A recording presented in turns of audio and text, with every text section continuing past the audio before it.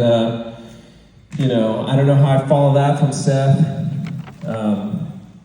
but I'll do it really well.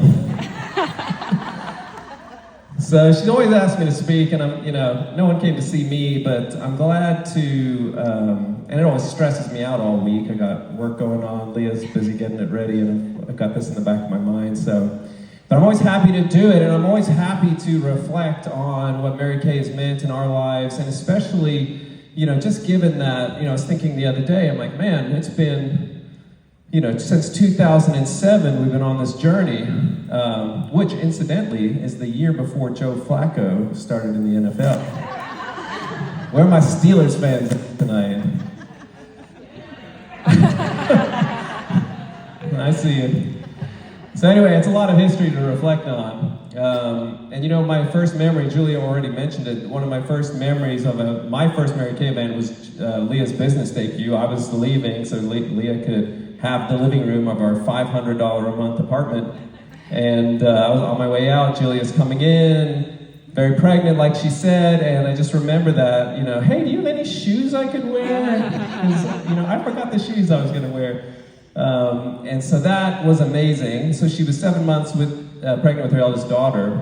And, if you told me at that time, as I'm leaving to go get in our car to drive away to some coffee shop for an hour, that, I would get to travel the world with her and her husband Seth, that Seth and I would become good friends, and that we would walk through so much life together, I could not have believed it.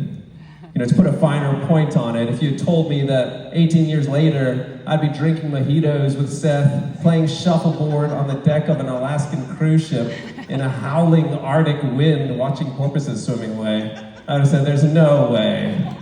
But there we were, 5 months ago, doing just that. And so it's wild to think how those little moments in your past lead to these wonderful memories and really build your life. And it's incredible to think how Mary Kay's played a role in that through our life. Likewise, in 2007, if you told me, as Leah and I were driving around in our 2005, I think, Ford Focus, our only car, discussing what to do about the fact that Tina France was trying to recruit Leah to sell Mary Kay, and that their subsequent commitment would mean that both Tina and Leah would drive pink Cadillacs for, a decade plus at this point. If you told me that then, I would have said, my doubt would have been real. So Seth's not wrong when he says I was very supportive of Leah, but I had no idea really what I was doing. It's more like the golden retriever aspect of what he said, right? So I wasn't, Seth, far more analytical about what's going on. Leah's like, I'm gonna do this. I say, you go, girl. So it's funny to think how the impossible dreams, appear truly impossible from the front end of them. When you're just thinking about these big thoughts, how could that ever happen? Why? How would that ever turn out? But then looking back at them, they just look like the natural outworking of your life. It's like, we were on the cruise ship in the Arctic doing these wonderful things. Like, if you thought about that on the front end back 18 years ago, it just would have seemed so impossible. But yet there we were, the natural outworking of life. Consider your own stories and triumphs, right? This is just true. The instances that look like this kind of natural outworking, they look that way because they're the result of consistent commitment worked out repeatedly over time. Little steps, small actions, one day at a time, and those that lead to the large moments. Those large moments of triumph that look like they come out of nowhere. Wow, that person's so lucky. Wow, how did they get to do that? Wow, how did that happen? It's small actions taken over a long period of time through a lot of struggle. And then you get these wonderful kind of shining moments. But there's a lot of commitment that goes in to get you there. And you can find yourself asking, how did I even get here? And to take a sidebar, I remember asking myself, how did I get here one time? When Leah and I were on a cruise, Mary Kay cruise, and I was staring down a very aggressive Turkish rug salesman who was trying to sell us a $64,000 rug in a little dark room in Turkey, I think. And I thought to myself, how did I get here?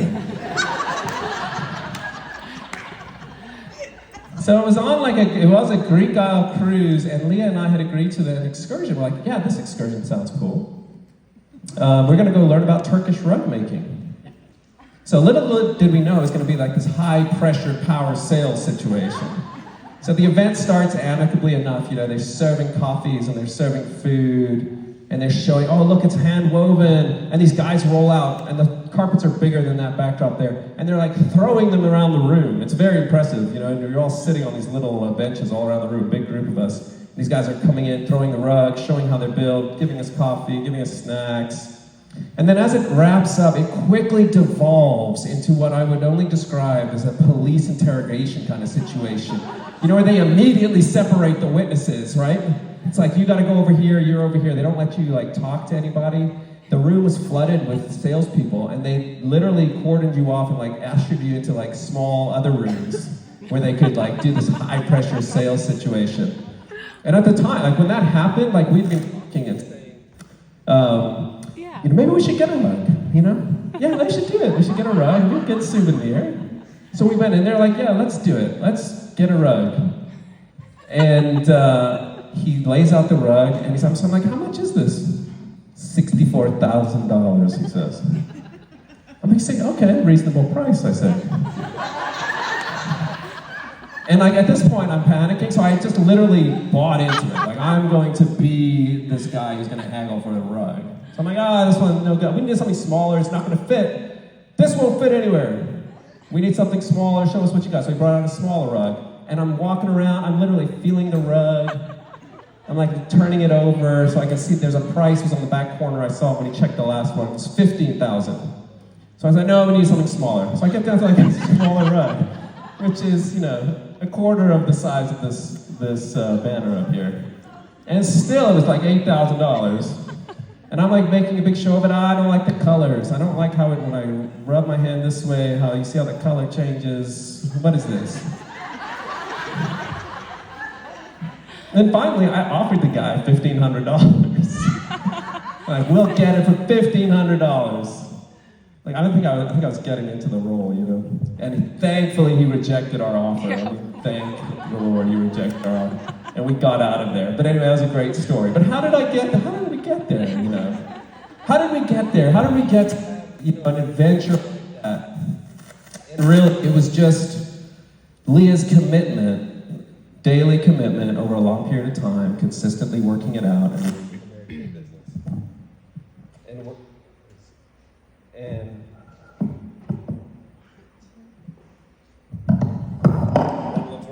check, okay. Which mic works? And just consistently working it, and it's been my great joy, really and truly, and honor to watch Leah work out her commitment to the business, and through many challenges and many triumphs, and to see how that commitment has contributed to our family from the earliest days in that apartment, through our condo, our rental home, and finally our home now with 5 children. And so I've been thinking about commitment a lot, just personally, lately, and I came across this quote lately. It says, without being bound by the fulfillment of our promises, we would never be able to keep an identity. We would be condemned to wander helplessly, without direction, in the darkness of our heart, caught in its contradictions and equivocalities. And indeed, it's true. My identity is not formed in my feelings, which are forever changing and forever conflicting, but in my commitments that define who I am. In my commitments to my faith, to my marriage, to my family, to my career, to my friendships, right? It's our commitments that form our choices, that make us who we are. If we gave into the sway of our feelings and what we ate for breakfast and how we feel in the afternoon, it would just, you fall apart. The center cannot hold. What holds you together? What is your commitments? So I don't know what commitments you are all currently working out, or what you're considering committing to, and how this weekend plays into that. But I hope that this encourages you in some small way to persevere in whatever those commitments are, knowing that it is in working them out that we are shaped and defined, and it builds our characters along the way, with the opportunity for victories and triumph and community as a result. So, with that, I just want to say I hope you all have a wonderful, blessed fall advance weekend, and I'm just excited that you are all here.